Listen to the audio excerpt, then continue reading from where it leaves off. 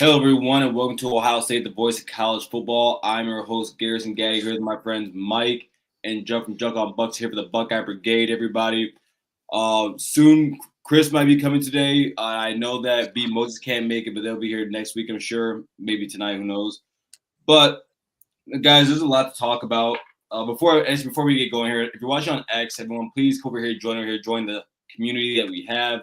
Join the chat. It's much more fun this way for you and us, honestly, because, again, the chat is the co-host. Also, if you haven't checked it out yet, I'll show it here later in the show, but check out the website. They have the Voice of College Football, where it has all of our shows, the daily schedule that we have, our writers and journalists.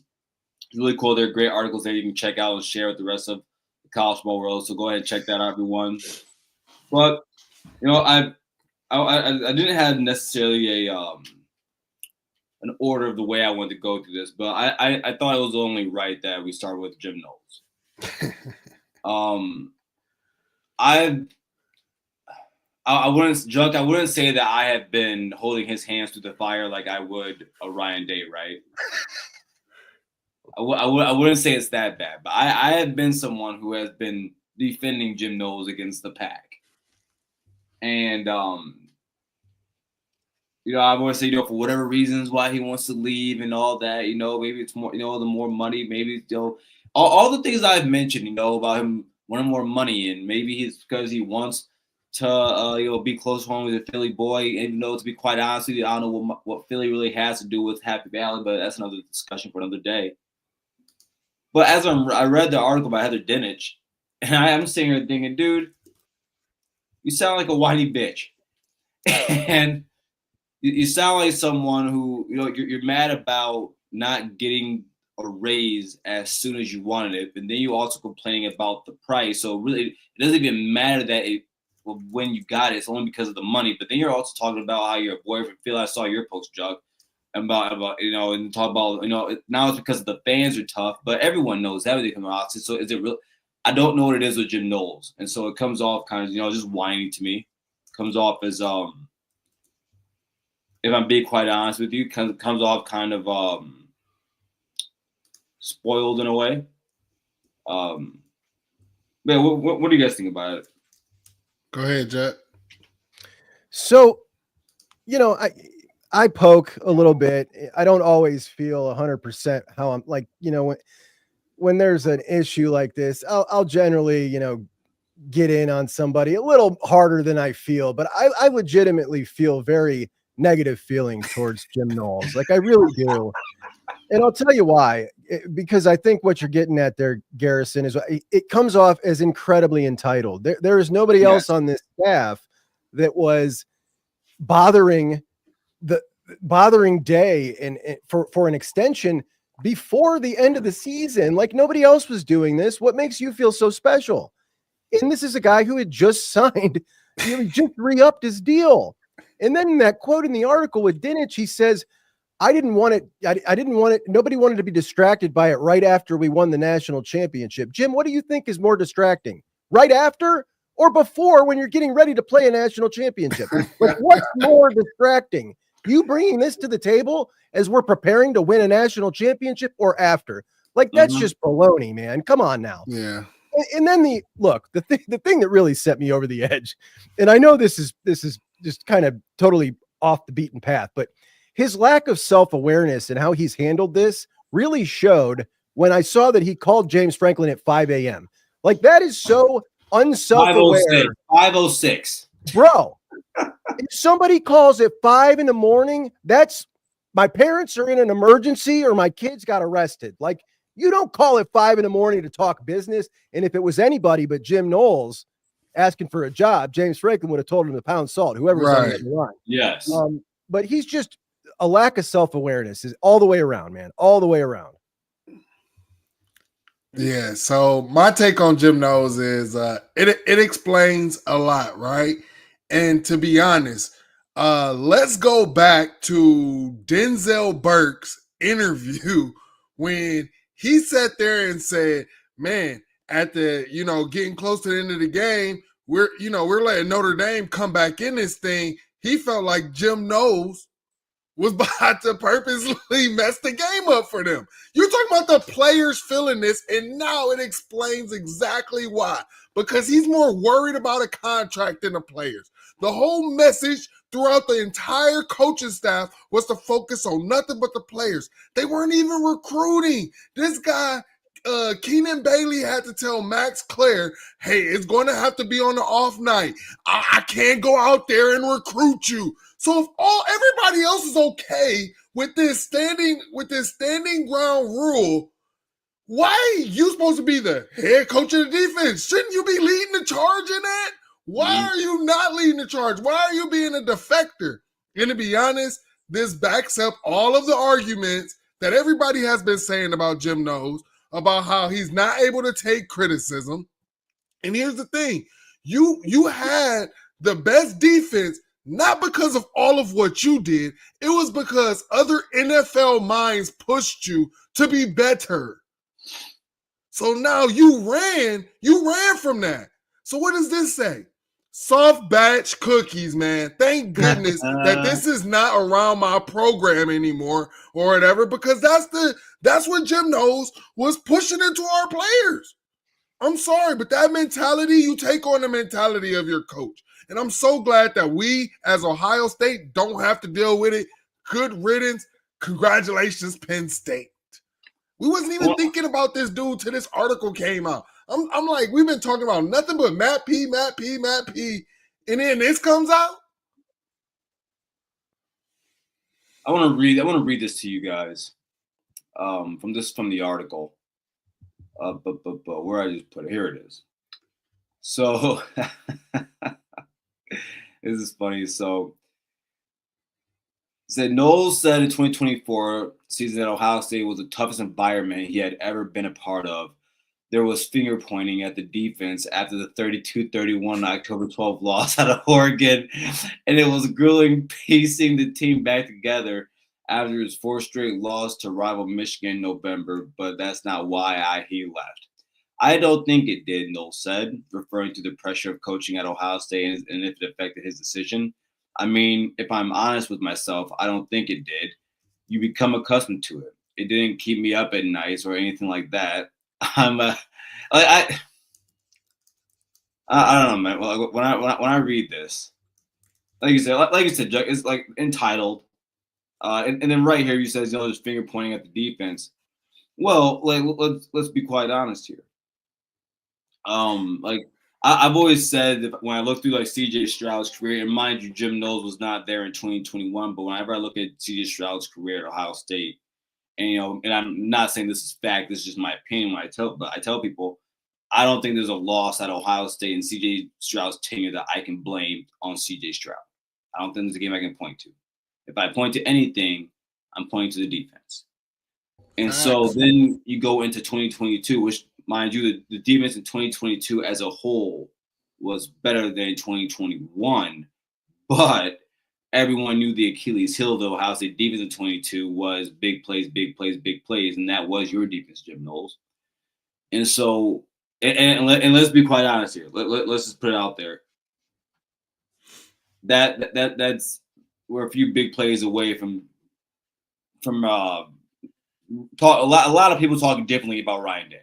So we probably have two natties. Exactly. So there are things that I can point to in big games for Jim Knowles. We know like the finger pointing happened because rightfully so it did happen. You know, and I think about and then I look towards Ryan Day. I think about all the things that Ryan Day had to go through as a coach, as the head coach.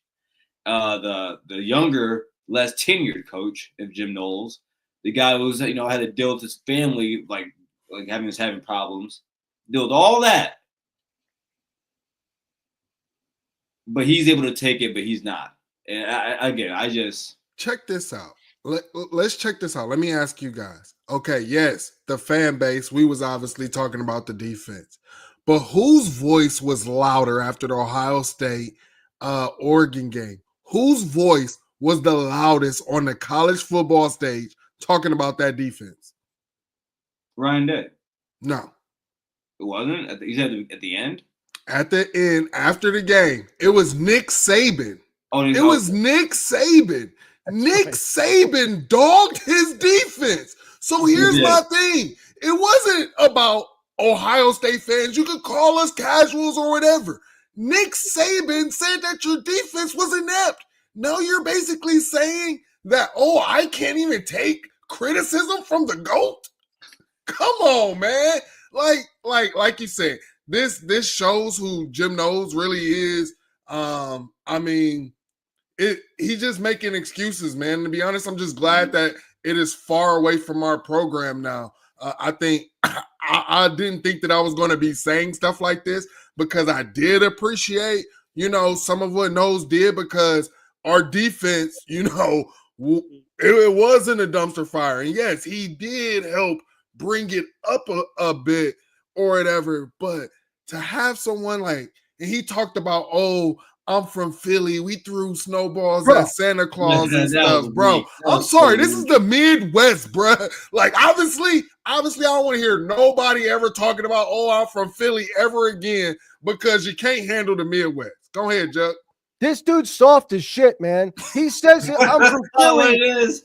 Dude, I'm from Philly. How many times have we heard that? My dad's a cop. I'm from Philly. He talks about it all the time. He's like a child. But that criticism from that Oregon game was deserved. His guys weren't lined up the whole damn second half. And Denzel came out and told us that he had too many calls in the game. They're over there trying to do all this stuff instead of just lining up and hitting somebody in the mouth. And, it was his fault. He deserved all the criticism he got. Look, if a coach can't handle the head coach coming in and getting on him after you have a horrible game, you're in the wrong line of work. And as far as them, shutting him out of the celebration, Brigade. Like this dude literally reached out to the enemy in the middle of a contract negotiation. And then he had the nerve to say that they made it awkward. They made it awkward by telling him not to come. Who made it awkward, Jim? Them or you reaching out to Penn State while you're in the middle of a contract negotiation a couple days after a national championship? He's just oblivious. And honestly, I loved Jim Knowles. I was so bamboozled by this dude. Like, he's nothing like I thought he was. I was bamboozled. But, Philly tough guy, where he belongs. This game's going to be so – and I got Penn State number one. I think they're going to be really good, and I'm so excited for this season. The Big Ten is electric this year. I can't wait. Yeah, and to be honest, what you said about the whole celebration and what happened, what Jim Knowles doing that interview and what he said in that interview goes against everything of what his sister said. And I've been cool with his sister, even still since he's been gone, but it goes against everything what she was saying. That's just flat out. Like, she was saying that this was childish by Ohio State. This is not childish. You are in negotiations with a rival. Why would we let you in the building, especially after everything that was going on? To be honest, why would Jim Knowles want to be in the building to even have any speculation be around him? Oh, he was looking at this or possibly looking at that. Like, why would you want that? So, I mean, this, like you said, Jack, like, we were bamboozled about Knowles, and it is a blessing that we are able to move on, man. I even went to back for his sister on X plenty of times, man. Like, I feel hurt, man. Like, I mean, to be honest, Jim Knowles made his own sister. Like, she went to bat for her brother, right? And then you go and do this. Like, you could have just let everything be. And now the family member who tried to make you look good, and you had some of the fan base who was still defending Jim Knowles, like you, Garrison, was still defending him and everything, right? And now it's like, oh, damn, we was lied to. We were 100% lied to. Man, this is one of those moments. I want you guys to clip this up when, and you can look at my face over these last 15 minutes. It's a face of sadness because for all the people that said Garrison always thinks he's right. No, I'm wrong here. I was wrong. I was wrong too.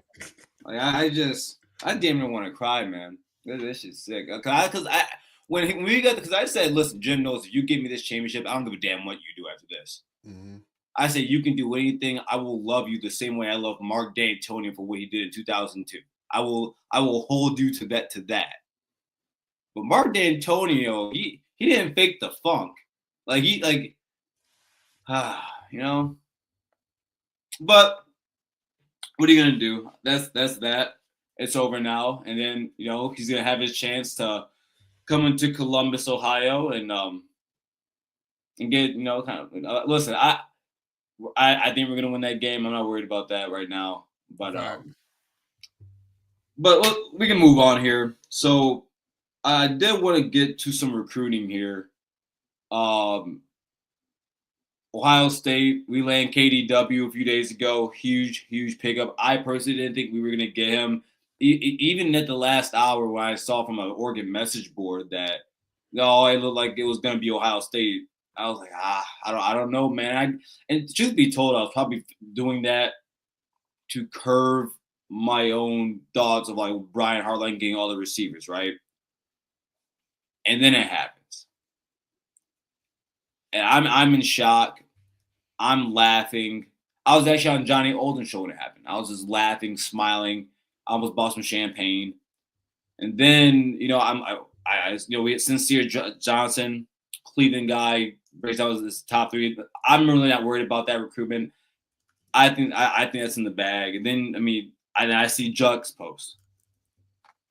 And Jugg's the reason why I kind of expanded what I want to talk about here. And I see what Atkinson says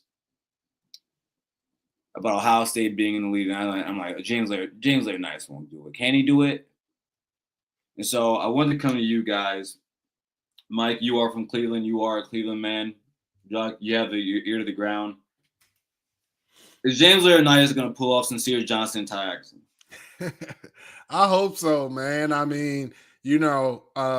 seen Sincere. He came out with his top 3 and was saying, where's home? And my thing is, Ville to Ohio State has always been legendary. You can go like that. That's the thing that some of these recruits just got to go look at, is when you're able to see the track record and it's written in stone, nobody can change that history. It's kind of hard to argue with that. I do understand some of these guys want to leave the state, pave their own way or whatever. But here's the thing, man. You 4 years in the state and you traveling all over the country. So, at that, and then you can pick where you want to live, different things like that. Have a house here, have a house there, vacation house. I'm always big on, that long-term outweighs the short-term. Mm-hmm. Yeah. I feel like Sincere's, that, I don't know, that feels really, really heavy Buckeye lean to me. Obviously, Alabama is in there. He's got family down there. He really seems to like it, but he's a Buckeye fan. He always has been. He loves Arvell, looks up to him, changed his number to 8. It just feels too perfect, especially having even more teammates on, than not just Arvell, but you got a couple other teammates in Witten and who else? Bryce. But when we talk about Atkinson, I was reading a Georgia message board last week. Rusty Mansell, this Georgia guy that's really plugged in, who's the guy that they all tune to for all their answers. He's like the most respected guy. And they were asking him about Jared Curtis and Jackson Cantwell and Tyler Atkinson. Could they land all 3? And he said that he doesn't believe they will even go after, like, if they get the first 2, which now they got Curtis, if they get Cantwell, it almost eliminates Atkinson because it'll spread them too thin financially.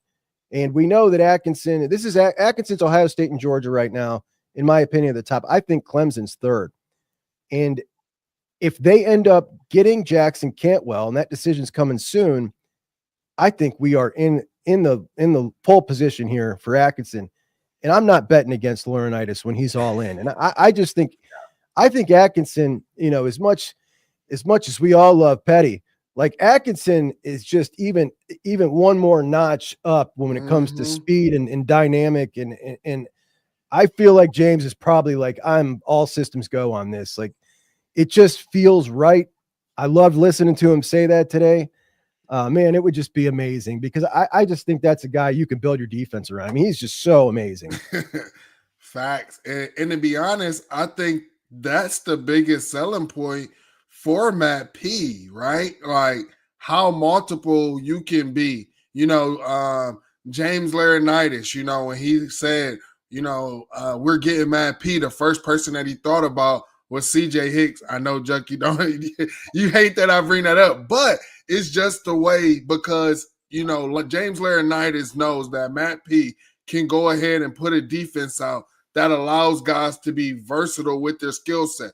One of the reasons why we kind of missed out on Justin Hill, right, was there was no proof of concept. There was no proof or anything that Jim Knowles knew how to use his skill set to be maximized, right? Mm-hmm. And I mean, after you see like the production of our DNs, before Oregon Post, he has a valid point.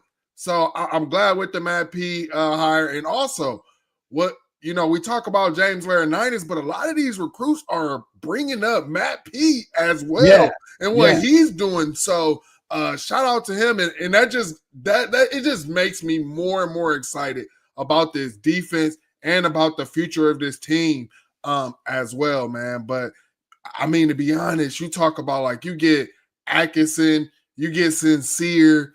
I'm just thinking of, y'all remember how we used to get so excited about that freshman package?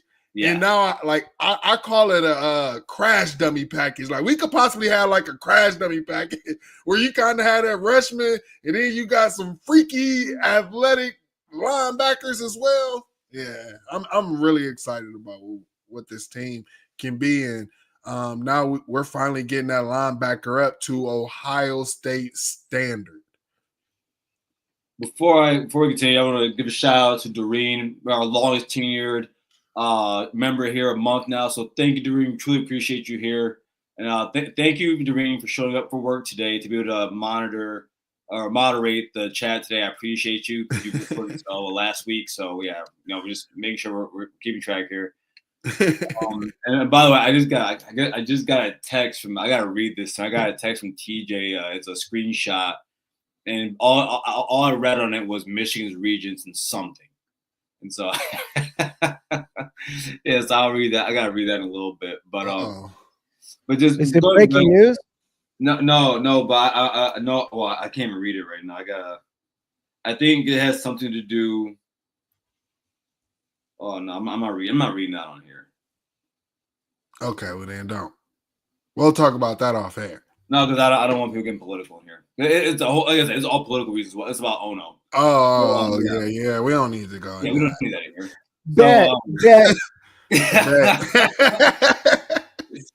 So, but like so going back to KDW, so he commits and. I think it's really cool, USC being the modern day pipeline, then Oregon taking over that. And then recently here now, Ohio State now taking the two top wide receivers, two of the top wide receivers in the nation. One of them is the top wide receiver in my estimation in the nation. And both of them being teammates, they're over there at modern day. The other one being Chris Henry Jr., of course. I look at the class that Brian Hartline has right now. Mike and I, we talked about this yesterday and said, it looks like the class is finished now for Brian Hartline. I look at it up and down. What do you make of this class compared to other ones that we've had? So, Chris Henry Jr., man, the fact that he dropped in the rankings because of that injury is a bit silly. I mean, the guy was literally the number one overall player at one point in the class. Most places got him ranked down at about number 3 or 4 now, wide receiver. It's silly. I think he'll pop back up here once they see him his senior year. It's going to be silly watching him out there in high school. We all saw that picture the other day. I mean, we know how he moves, and now he's just not just, his height's always been there, but he's getting so broad and just muscular. It's not even fair. That kid's going to be in high school. There we go. All the way on the left, for those of you just checking this out. I mean, he's standing next to Max Clare, who is 6'4", 230, and his shoulders are broader than Max Clare. Look at his calves. They're as big as Max Clare. He's a giant. He's an absolute giant. You could stick him at defensive end if you wanted to. So when you got that guy leading off the class and Caden Dixon-Wyatt, who is just absurdly, ridiculously underrated over at On3. Like this kid's a top 50 overall. I mean, he is so silly. He could headline a class on his own. He could headline a class, and he's your two-man. And of course, Brock Boyd is going to be underrated till the end. We know that. We know what it is, but the dude is legit, man. He's absolutely legit. And Jaden Ricketts, he's raw. Man, that's a burner. Like this, one of the very best, man. One of the very best we've seen. And I just, it almost doesn't even feel fair at this point. The Ohio State wide receiver room, the fact that you can get the buy-in from these guys, knowing Caden Dixon-Wyatt chose to be the fourth wide receiver in this class, and Oregon doesn't have a single one in their class. They don't have one. You know what I mean? Like to get someone to do that, to commit to that. I mean, that's just, it's tremendous. It's not even fair. Yeah. I'm glad that we got these commits. My biggest thing is I'm waiting till they sign.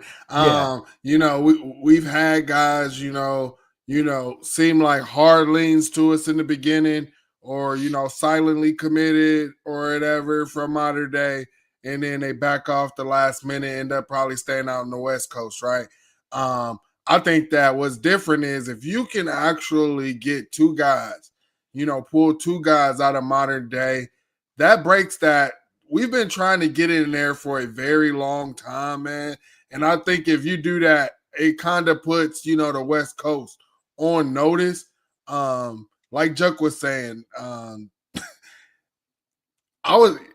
when I talk to you about Garrison is just how fluid this guy is and how smooth it is, him catching the ball, how he doesn't panic even when guys are hovered around him. Some of those things you just cannot teach, you know, teaching a guy to go up for the ball, not panic. And then also being able to catch it one hand, you know, he just has those natural ball skills. And also you speak about why committing to Ohio State. Again, the track record, you know, we spoke about this yesterday, Garrison. You sit there and you see the track record. And here's the thing. You go back to when Keenan Bailey was the assistant wide receiver coach and how he used to break down the highlights of guys running their routes in practice or in college, and then how it translated either on the field or how it ended up moving towards the NFL. How many other programs can sit there and say, hey, from day one, we can show you that we've been training you as an NFL wide receiver, and then boom, you can show this same tape and how it translated to the NFL. I don't think that many programs can do that. I mean, maybe a handful, if that.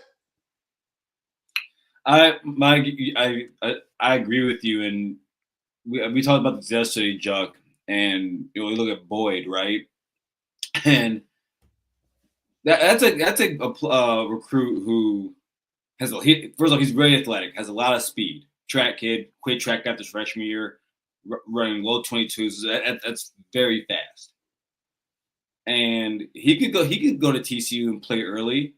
But for him, like when talking about Ohio State, why he flips his commitment, it's got nothing to do with playing time. It's got nothing to do with getting on the field. It's just about him developing.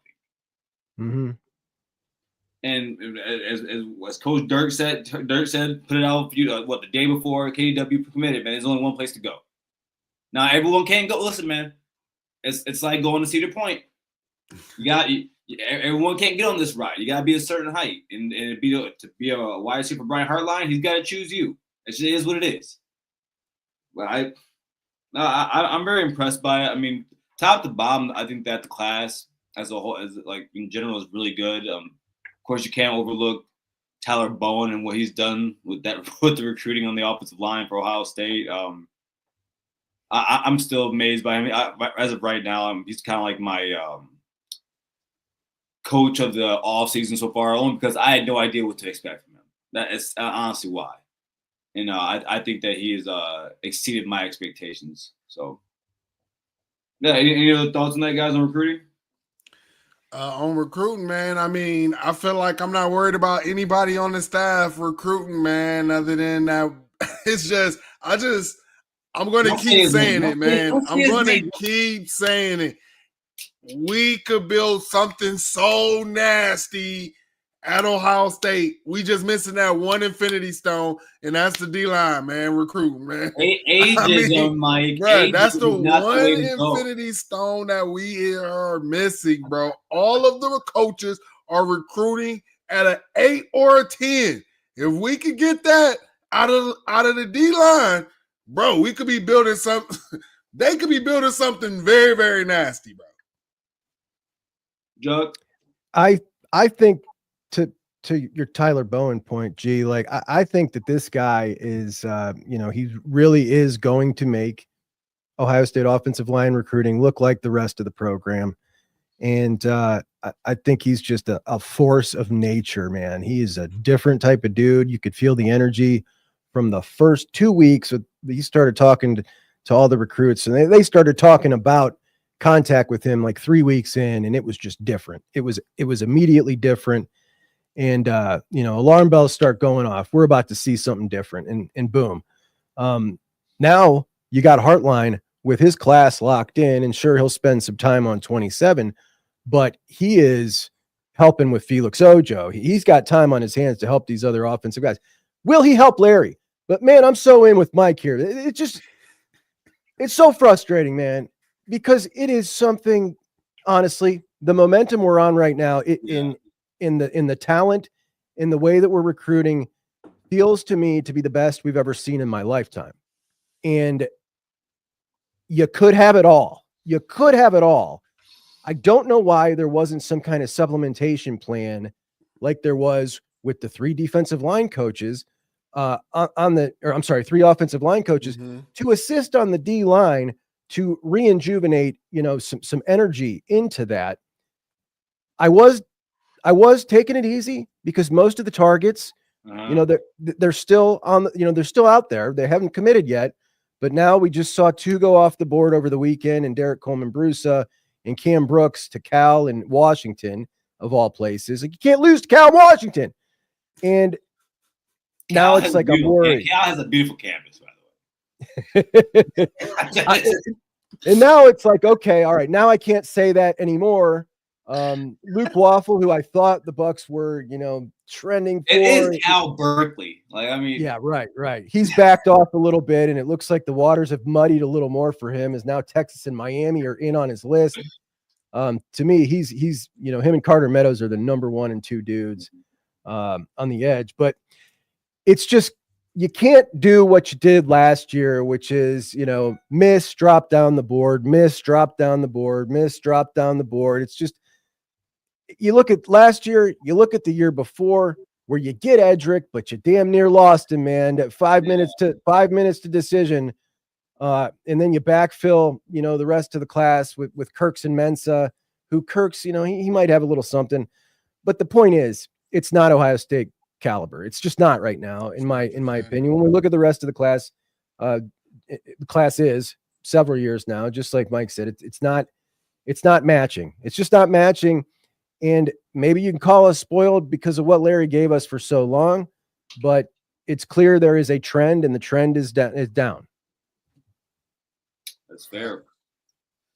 Well, before we continue, quick message here from the Voice of College Football, everyone. Get your business, product, service, or personal brand to the next level by partnering with the Voice of College Football.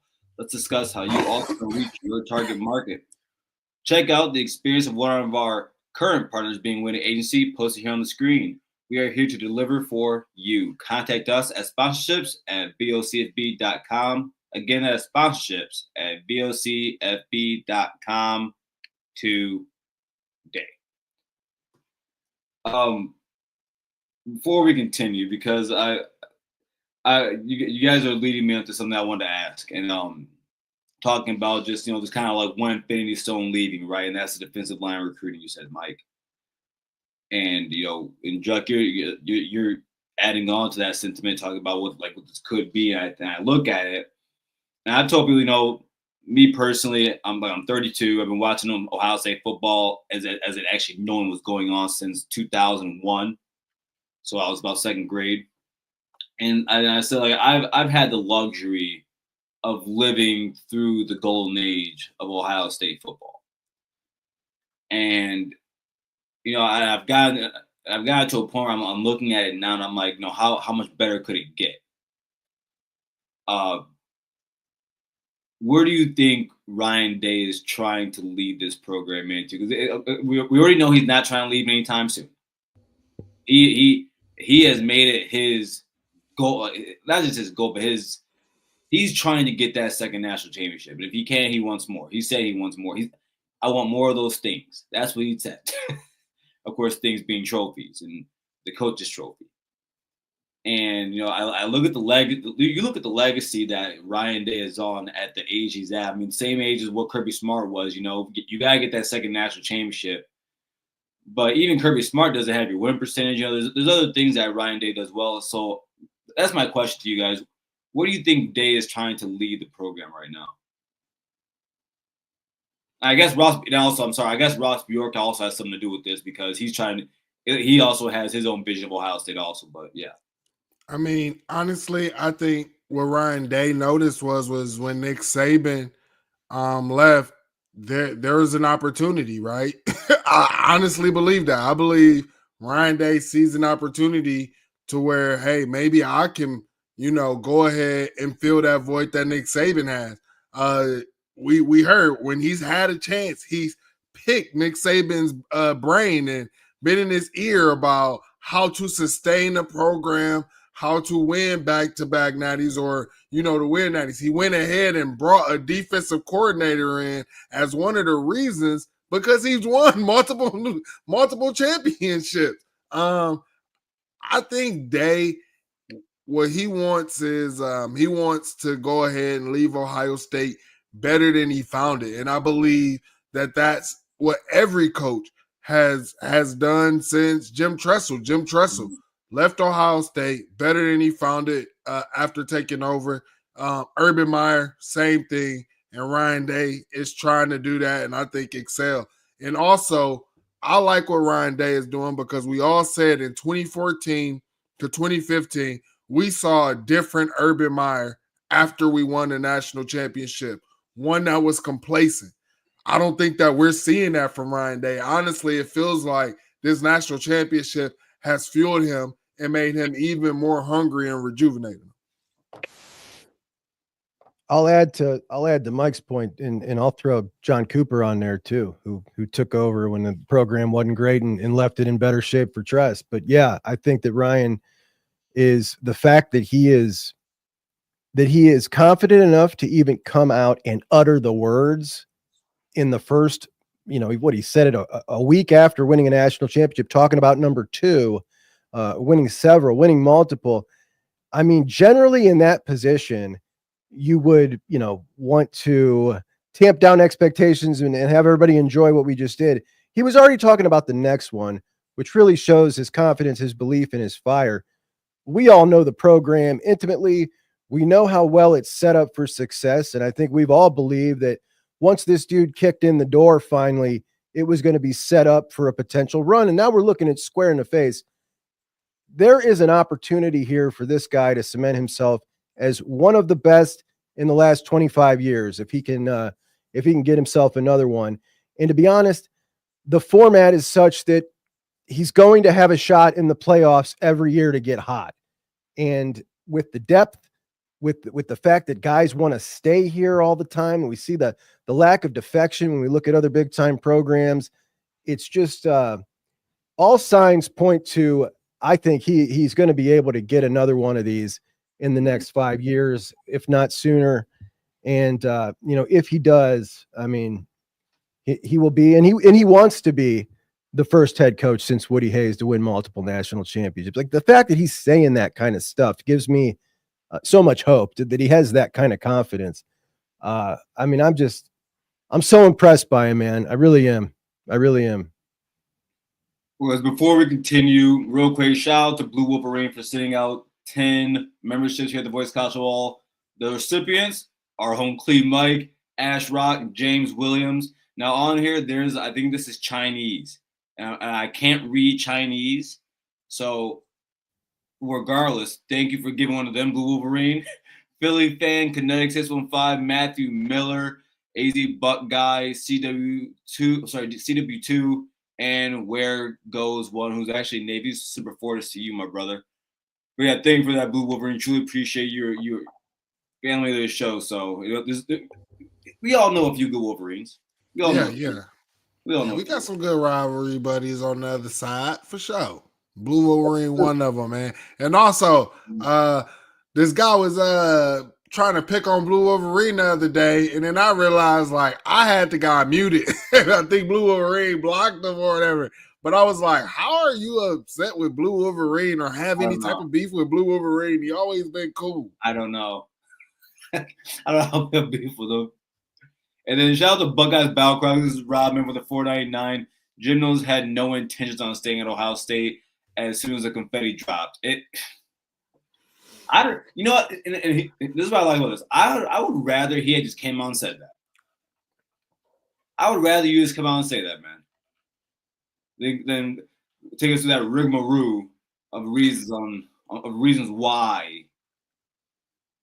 He doesn't embody Ohio, man. He doesn't embody Ohio. It's not a Midwest guy. It is what it is, bro. Bro, I'm telling you, to live in the Midwest, to be able to handle the Midwest is different. It's different. I mean, I took my wife, she's from, Southern Arkansas. I took her up to Cleveland. It's different. It's a big culture shock for people. They don't understand it. Yes, everybody just says what they want. They're blunt. I mean, that's just how I was raised. People don't sugarcoat stuff in Ohio. Never been that way. And it's a little different. I mean, like I remember when I got stationed over in San Diego. And I had already realized this on the East Coast before, but when I went to the West Coast, I realized, like you guys don't care about football like we do it in the middle of America or like in the South. You guys don't. So when they see I remember like in San Diego, they have bars for every single program. Like Mike, actually, I found out on the worst day possible that my favorite bar was a Michigan State bar. I found out in 2016, if you can imagine. So it's different, even our boy Ryan Day, it takes a little bit to get grow that thick skin that you need out here for the harsh winters and the harsh words of our people. But yeah.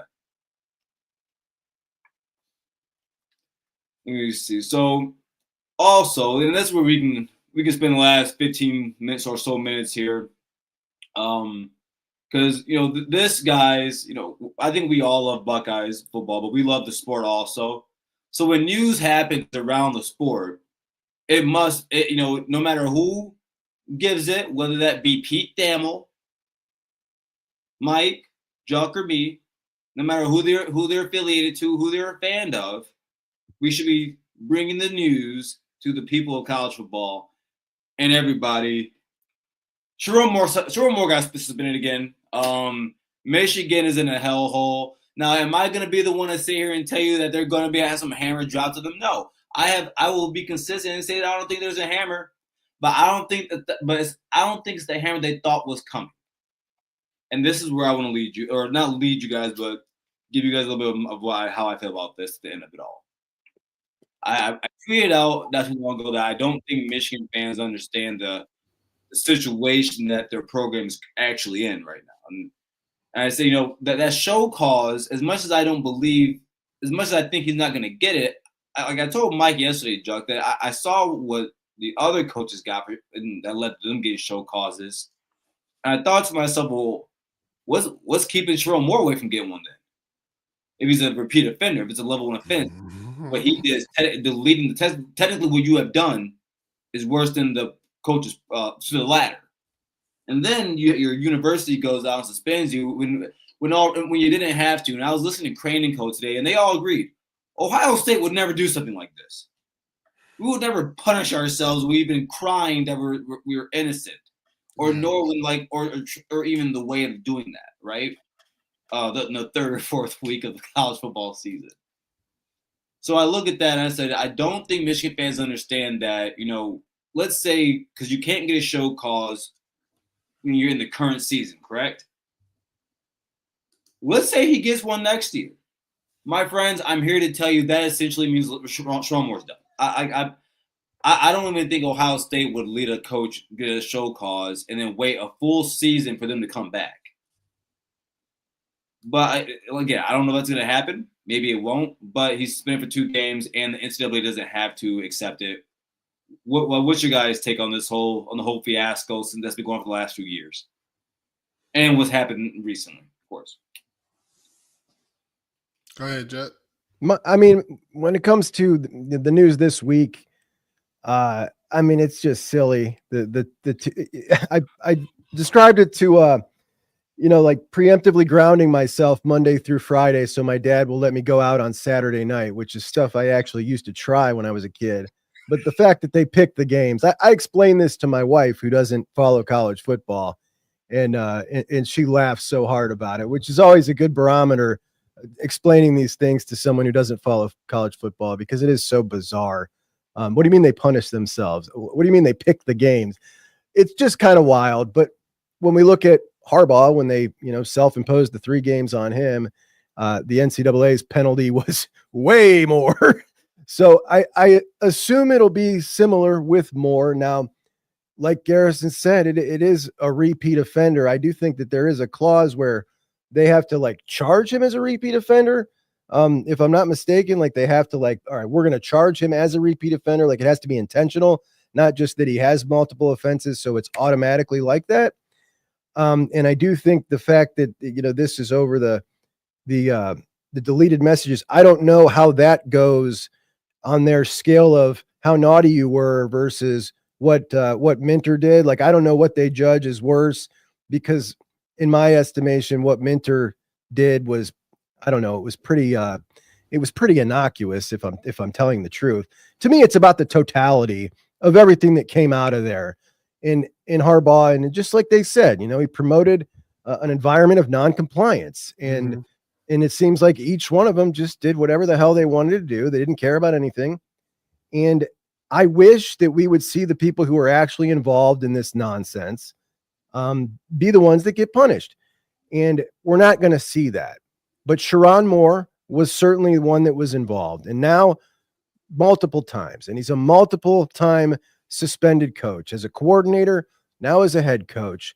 That's embarrassing. It's not like he was a great coach last year. The fact that Ward Manuel wanted to hold on so much to the Harbaugh winning ways that he even hired him in the first place, I thought was silly. Garrison, I came on your show shortly after the hire and said, he's on an open market. This guy would have got a MAC or mid-level Big 12 job on the open market. I stand by that. And it just looks like a really silly hire, because now what they've done with him still there, what would everybody be talking about right now on the outside? They'd be saying, all those guys are gone. You can't be punishing the team now. These kids had nothing to do with it. These coaches had nothing to do with it. By keeping Sharon Moore and trying to hold on to the Harbaugh magic, they've now kept this nonsense and this conversation with literally their head coach. And it's going to go on, not just this year. It's going to go through next year too. It seems like a really, really poor oversight that Sharon Moore, or that Ward Manuel did, just to try to curry public favor, because he knows how much they hate him. It's just a disaster. But the biggest part for me is, I'm just over all of that. I just can't stand. And like you said, plenty of great Michigan fans I've known throughout my life that I've interacted with. I've never had a problem with a single one, for the most part, one-on-one. But as a group, man, I can't stand them. They're the worst. They're delusional. They're illogical. The stuff that they say. By the way, talking about the game this year, every time we talk about the championship and they bring up the game, and it's like I'm a huge defender of the rivalry and the fact that it is absolutely relevant. But if you think that's hurting my feelings at this point when I'm rubbing this trophy, you're out of your mind. We'll deal with that next year. We're the champs. But yeah, I'm sorry for my rant. That's all I got. No, we appreciate it, Jack. But before I give my take on it, man, I want to shout out my guy Sage, Ohio. He is a Hollywood Marine, went to boot camp in San Diego. So shout out to him. My uncle was also my Navy JROTC instructor. So we went out and checked out Paris Island for 2 spring breaks. So I got to go out to Paris Island. And my uncle was also a Marine Corps DI. So yeah. Got major love for the Marines, man. Major love for the Marines. But this Sharon Moore stuff. Let's just start with being a man, right? As a man, from the time you were young, you were taught about taking care of your responsibilities, being held accountable for not taking care of your responsibilities. And if you messed up and you got caught, own it. Be accountable, right? That just seems to have gone out the way for that entire fan base. Majority, or should I say, majority of that fan base has gone out of the window in being a man. I don't know what being a Team Up North man is, a Michigan man, whatever they call it. I don't know what that is anymore, because obviously when you say that, I now reference that to lack of accountability. Let's talk about from the very top, right? You impose this little week 2-game suspension. You also get to pick out your punishment. That's not manly either. I never met any man who got to pick out their punishment. Hey guys, imagine telling your dad, "Hey dad, I know I earned this spanking, but don't do my right cheek, do my left cheek." Yeah, like, hey, son, give me push-ups. Well, dad, instead of me giving you 100 push-ups, can I only do 10? Like, come on, man. Like, what are we doing here? But like I was saying, this starts from the top, right? You telling your people the whole time from the top, you've been saying, bet all of this. If you wanted to take any actions, you could have had already done it. But the president said this is okay. The athletic director said it was okay. The university said this was all okay. They felt okay with it. You shouldn't have, like Juck was saying earlier, you should have never brought Sharon Moore on. If you didn't, I could see a slap on the wrist. But you got to get rid of that whole staff that was there, that was in participation with that. You have to. And to be honest, you should have just forfeited last season. It is just the delusion that they thought that they could actually compete for a Big Ten championship or make it to the CFP last year. The fact that they even thought that and that crossed in their brains just shows how delusional that they are. Even their fan base was arguing, because of all of the people that we returned. Now they're telling us that they're going to go to the Big Ten championship and all of this, but they just lost all those people that they said returned. It makes no – I can't handle the delusion. I'm really I'm over it. Just the lack of accountability. And I mean, hey, whatever it is, it is. No, I don't believe there's no hammer going to be dropped, but their fan base, they like to move the goalpost, right? They said nothing was going to happen. Nothing was going to happen. This was a nothing burger. Yep. Now you get 2-game suspension. Oh, this was the hammer. No, y'all moving the goalpost because you said nothing was going to happen. And to be honest, I don't think that the NCAA is sufficient in this, bro. I really don't. I feel like coaches have gotten suspended for less. And my thing is this: if they slap a fine on the wrist, I was talking to the guys yesterday, right? If they just slap them on the wrist for this. If I'm a program, I'm going to take some young IT dude, pay him $100K or $150K. Hey, I need you to hack everybody's headsets. Why don't we just do that, right? All they're going to do is give me a slap on the wrist. My return on investment is more than that $150K as soon as we make it to the CFP. You cannot do this. You cannot set that precedent. You cannot. I was laughing because I was listening. Like I said, I was listening to Crane & Co. And have you guys seen the movie The Da Vinci Code? Have you guys seen that before? Yeah, I've seen it. And there's So there's this guy in there, like it's an old Catholic thing, but they said he said Michigan is the guy that's hit himself with the whip in the back, where he's trying because what the guy was doing, he was going out there committing all these atrocities, right? But then he'll come back and try to seem like a saint by whipping himself. Like you can't have it both ways.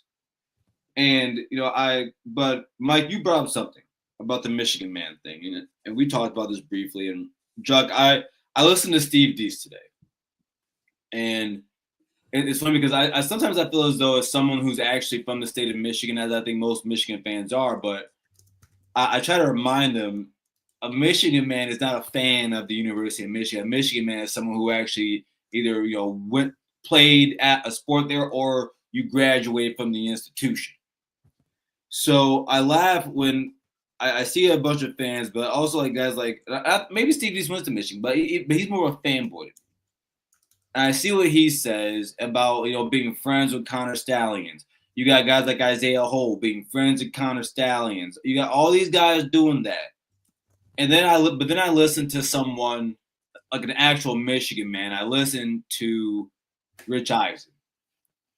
And though like Mike and I talked about this, and though he's been on the delusional side of things, the one thing that I have I had been on the side of in terms of I would say the same for Ohio State. I would say the same for a Texas. If there was a Connor Stallions type of person at our program, I would be wondering who the hell let him through the doors.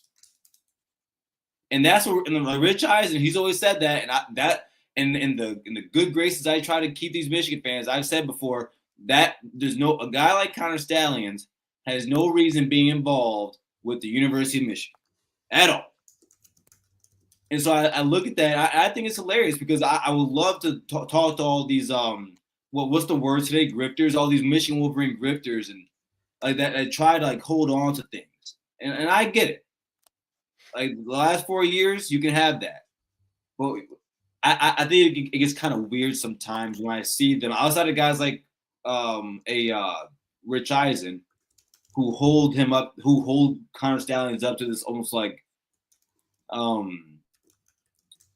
what do you call them? You call them people that die for causes. It's a simple word. Martyr. Thank you. Like he's a martyr. How do you guys feel about that? And how would you feel if Ohio State had a Connor Stallions?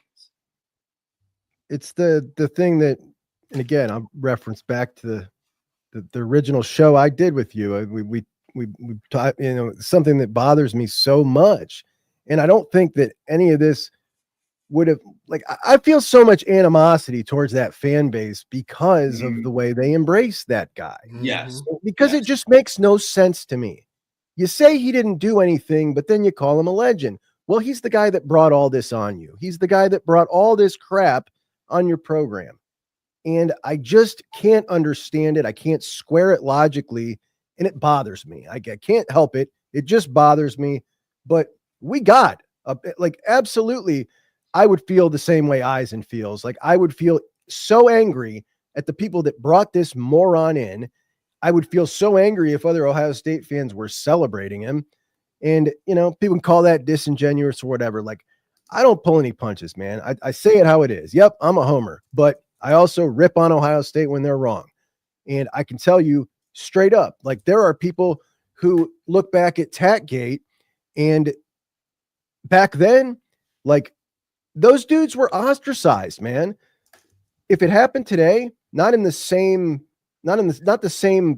thing, but if they did something knowing that they could get the university in trouble, which they did back then, and they got caught, it would not be we're all for them. Everybody would be mad at them still again, all over again. Because if you do something knowingly and put the program at risk, and then you get big consequences from it, well, that's on you. And, we saw how they were treated.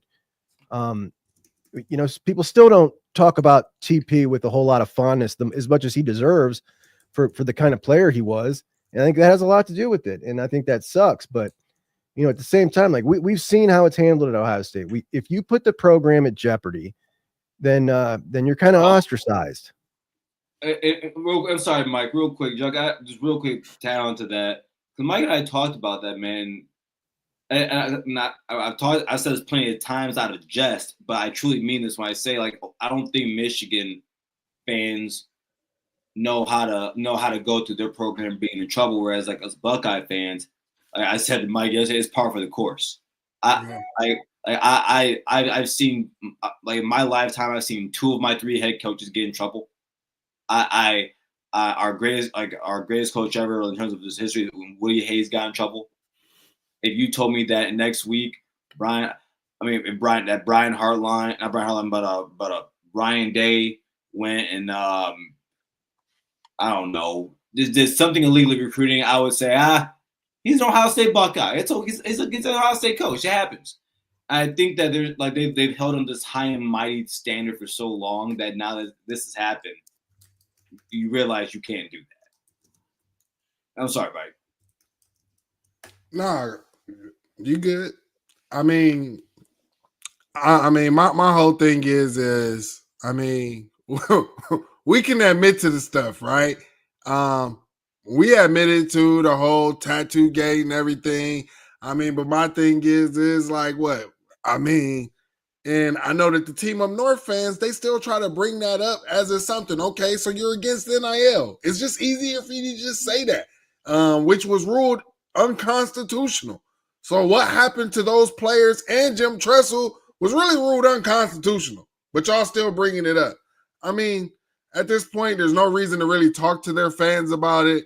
Connor Stallions should not be beloved. I know some of their fans created pictures of him and said that he should be a statue should be put up of him. But I want you guys to understand this.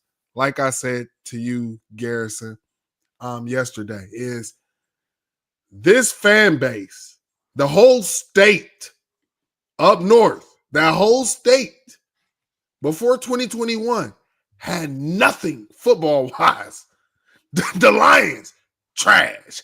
Wolverines, trash, right? They had nothing. They wasn't watching and worried about football.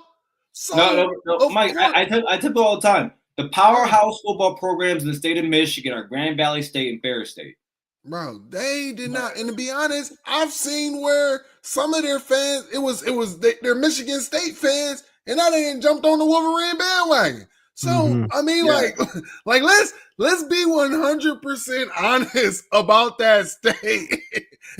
they just been down for so long. So of course, he stole it, whatever. They've been down so long, they don't care. They'll take it however that they can get it. And understand, they like to call us a Mickey Mouse championship, but it's just projected, because isn't that what it is? You're praising a lower level staffer? Who's Mickey Mouse? Come on. That's why I said from the beginning, any Team Up North fan come at you with the soft stuff, anything, it's projection. That's it. I done cooked them all on the TL, found all the receipts. It's projection. That's all they do. Nah, I'm laughing at this. Jam is correct. Wayne State also over there in Detroit. One of these days, I think there has to be a discussion about, just in terms of, because I'm not a Wolverine fan, but just where I live, man, D2 football lives in my state. It lives in my state. I'm just saying. But no, I mean, I just think that at the end of the day, I think like anyone else, we all want this kind of end. I'm like, again, I've always said, like, unless there's anything worth talking about coming out of that story, I can care less to. Of course, this is newsworthy. But yeah, it looks like it's coming to a head. 9 months ago. By the way, 9 months ago, Johnny, I see you in there. News came out that this would actually probably get done quicker than a lot of people thought. You Wolverine fans told me, like you told me the year prior, that your institution that you guys don't have degrees from is going to fight for your coach. And by the way, like, for some odd reason, Michigan fans thought that like football was the number one thing on a president's list of things to do at a college. I thought it was funny that they thought Santa Ono's job was the football program. It's probably less than 10% of his job. But I listen. I said it once, I say it again. I empathize with you, Wolverine fans. I truly do. I couldn't imagine, winning 4 years in a row, getting a national championship, winning the Big Ten 3 times in a row, just to go, beating Ohio State and one of my crappy teams, just for Ohio State to come out of it and win a national title. Meaning, there's nothing that you can do to destroy this program. Now on the other side, that godly man called Jim Tressel, I saw what he did to your guys' program. Gave it hellfire and brimstone. So, guys, before we get out of here, Juck, is there any content you have coming out lately? Any last thoughts you have on Ohio State football or just college football in general? Really excited for the season. Obviously, did my top 25. I'm doing my Big Ten power ratings this week, as well as something that somebody gave me an idea to do that I'm working on tonight, and that is a power rating for the Ohio State assistant coaches' recruiting prowess. I'm going to rank those guys. I think it's going to be a fun one. I think you guys should do it too. We should talk about it next time around. Okay. Yeah. Sound like all right. Well, Professor Jug is giving out homework to everybody. No, but I like that idea, John. I'm definitely going to do that. I'll look for that video, man. That's a great idea, actually. Mike, yourself, brother? You can catch me tomorrow. We'll be here. Right here, world famous Buckeye show, 7:30. Make sure you pull up. If you want to follow me on the X app, you can follow me at 216_wildboy. But yeah, make sure you come hang out with myself and Terry as we talk about the Buckeyes. But on our show, we like to compare ourselves to the rest of college football. So that's what we'll be doing. We'll be breaking ourselves down. Everybody has Penn State number 1 on their paper. I'm going to tell you who I have number 1 on my paper. Tomorrow, Mike, I might come in for 2 minutes just to give Terry a sorry for crashing out for Jim Knowles. Oh yeah, you definitely owe Terry a sorry. Oh, I forgot about that. Don't tell Terry, bro. You lucky nobody clipped that up of that space. Yeah, don't tell Terry. I'm gonna come apologize. So, but yeah, everyone, make sure you check out all of Jug's content coming out, guys. Make sure you check out Mike and Terry tomorrow at 7:30 here on the network, and then on Thursday, Ryan's not here, so might be Terry. I know I'll be there for the call-in show, but count on me and Terry being there tomorrow at 8:00 on Thursday for the call-in show. Again, everyone, thank you for coming in here. Thank you for being a part of the channel. Jug, thank you for using your time, spending your time with us here at the channel and the network. And as always, OH. I-O. I-O.